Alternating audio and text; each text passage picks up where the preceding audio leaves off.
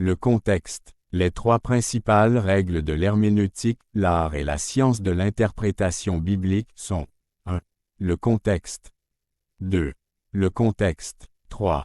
Le contexte. Avant de pouvoir expliquer aux chrétiens du XXIe siècle comment la Bible s'applique à eux, nous devons d'abord parvenir à une compréhension optimale de ce que la Bible signifiait pour son public d'origine. Si nous parvenons à une application qui aurait été étrangère à ce public, il est fort probable que nous n'interprétions pas correctement le passage. Une fois que nous sommes certains de comprendre ce que le texte signifiait pour ses premiers destinataires, nous devons alors considérer les différences entre nous et eux. Quelles sont les différences de langue, d'époque, de culture, de géographie, d'environnement et de situation? Tous ces éléments doivent être pris en compte avant toute application. En comprenant les divergences de nos cultures, nous pouvons trouver un terrain d'entente entre le public d'origine et nous-mêmes, et trouver des applications à notre époque et à notre situation. Il est également important de souligner que chaque passage n'a qu'une seule interprétation correcte.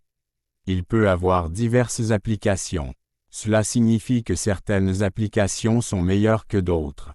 Si une application est plus proche de l'interprétation correcte qu'une autre, alors c'est une meilleure application de ce texte.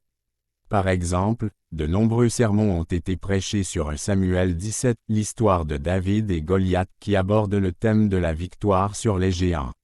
Les prédicateurs survolent les détails narratifs et passent directement à l'application, qui consiste généralement à comparer Goliath à une situation difficile et intimidante qu'il faut surmonter par la foi.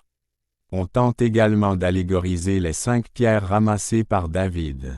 Ces sermons se concluent souvent par une exhortation à la fidélité, comme David. Bien que ces interprétations donnent lieu à des sermons captivants, il est peu probable que l'auditoire initial ait saisi le message de cette histoire. Avant de pouvoir appliquer la vérité de 1 Samuel 17, il est nécessaire de comprendre comment l'auditoire initial l'a comprise, ce qui implique de déterminer l'objectif général de 1 Samuel en tant que livre. Sans entrer dans une exégèse détaillée, disons simplement qu'il ne s'agit pas de vaincre les géants de sa vie. Il s'agit peut-être d'une application lointaine de l'anti passage, mais en tant qu'interprétation, elle est étrangère au texte. Dieu est le héros de l'histoire, et David est le véhicule qu'il a choisi pour apporter le salut à son peuple. Oui, David avait foi en Dieu, il était l'homme selon le cœur de Dieu, pour cela Dieu l'a utilisé pour son service. Jean 14h13-14 est un autre exemple courant d'interprétation qui ignore le contexte. Lire ce verset hors contexte semble indiquer que nous recevrons tout de Dieu pourvu que nous utilisions la formule « au nom de Jésus » à la fin de la prière. En appliquant les règles herméneutiques appropriées à ce passage, nous voyons Jésus parler à ses disciples au cénacle la nuit de sa trahison. Les disciples sont son public immédiat. En substance, il s'agit d'une promesse faite aux disciples de Jésus que Dieu leur fournirait les ressources nécessaires pour accomplir leur tâche.